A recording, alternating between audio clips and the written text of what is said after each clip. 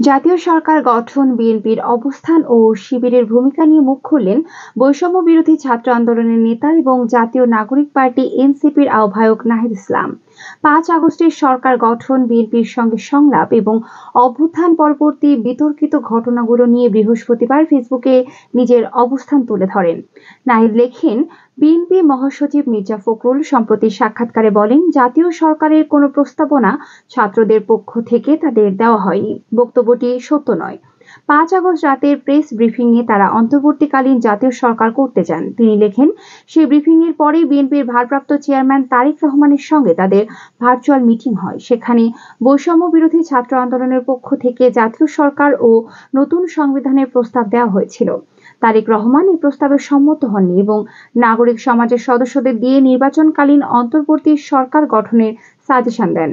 ছাত্ররা ডক্টর মোহাম্মদ ইউনূসের কথা বলেন প্রধান উপদেষ্টা হিসেবে।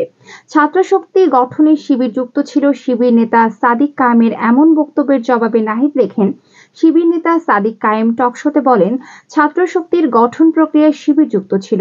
শিবিরের ইনস্ট্রাকশনে ছাত্ররা কাজ করতেন। এটা মিথ্যাচার।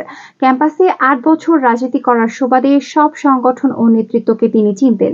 তাদের সঙ্গে যোগাযোগ ও সম্পর্ক ছিল। সে কারণে ঢাবি শিবিরের সঙ্গেও যোগাযোগ ছিল।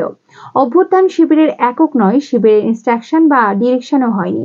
পোস্টে তিনি লেখেন, ২ আগস্ট রাতে জুলকারনাইন সায়রার একটা আর্মি কু করে সামরিক বাহিনীর এক অংশের হাতে ক্ষমতা দিতে চেয়েছিল। এই উদ্দেশ্যে কথিত সেফ হাউসে থাকা ছাত্র সমন্বয়কদের চাপ প্রয়োগ করা হয়, থ্রেট করা হয় যাতে সে রাতে ফেসবুকে তারা সরকার পতনের এক দফা ঘোষণা করে। তিনি লেখেন, প্রথম থেকে এটা স্পষ্ট ছিল যে ক্ষমতা কোনোভাবেই সেনাবাহিনী বা সেনাবাহিনী সমর্থিত কোনো গ্রুপের কাছে দেওয়া যাবে না। এতে আরেকটা ১/১১ হবে বা আওয়ামী লীগ ফিরে আসার সুযোগ পেলে প্রতিরক্ষা বাহিনী ক্ষতিগ্রস্ত হবে। এটাকে জনগণের স্বতঃস্ফূর্ত গণ অভ্যুত্থান হিসেবে সফল করতে হবে এবং রাজনৈতিক দলগুলোকে নিয়ে সামনে আগাতে হবে।